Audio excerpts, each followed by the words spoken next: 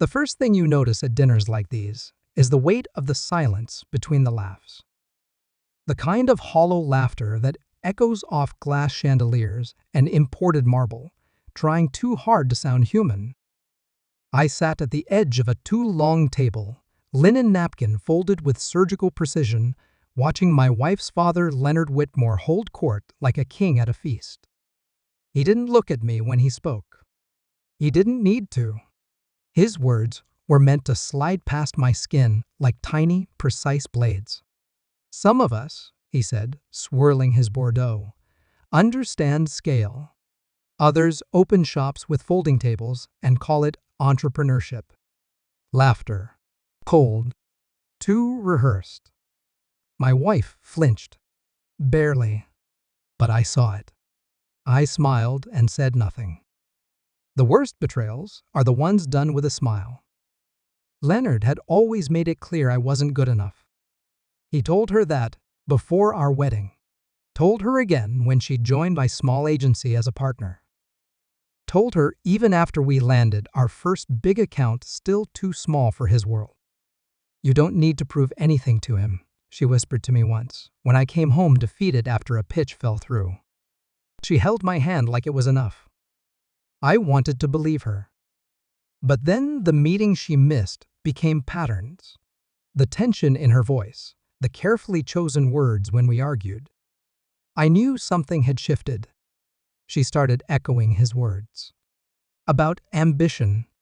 About power. And I started doubting my own reflection. When Leonard invited us to his elite investor dinner, I almost didn't go. But I was tired of cowering. Tired of swallowing pride to keep peace. I wore the same suit I'd worn the day I signed my first contract. A quiet reminder of where I came from. The dining room was a symphony of power moves, Rolex wrists, foreign accents, subtle insults dressed as compliments. Leonard introduced me like I was a quirky pet. "This is my daughter's husband.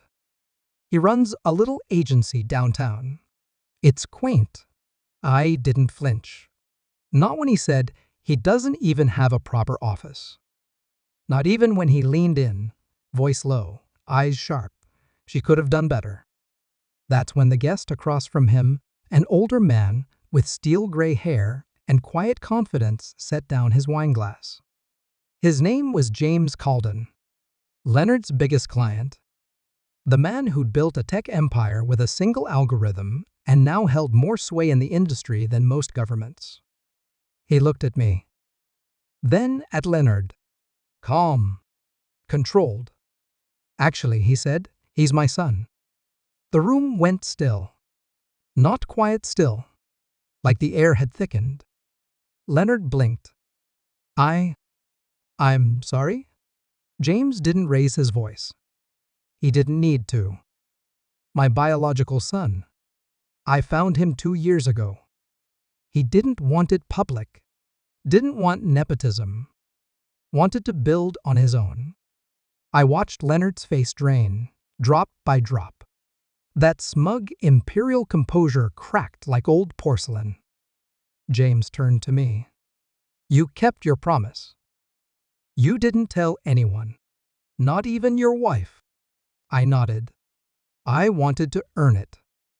My wife's breath hitched beside me. She looked at me like I was someone she didn't know. Maybe I wasn't anymore. James continued, looking around the room now. "Leonard, you mock him for the size of his business. Yet, he turned down funding from me twice. Built something real. Ethical. Scalable. Something your own firm tried to copy and failed." Silence. And then the room shifted ever so slightly. Investors leaned toward me now. Conversations pivoted. That's how power moves, like tides. Leonard stood up too fast. The legs of his chair screeched. "This is some kind of joke."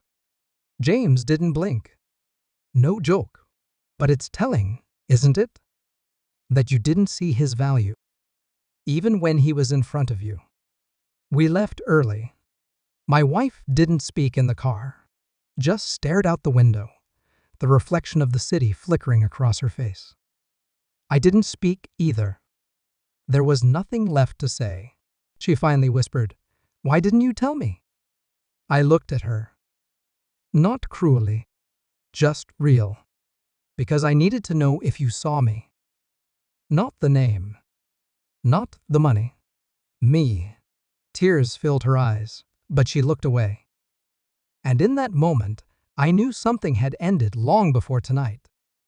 Sometimes the betrayal isn't in what they do, but in what they fail to see.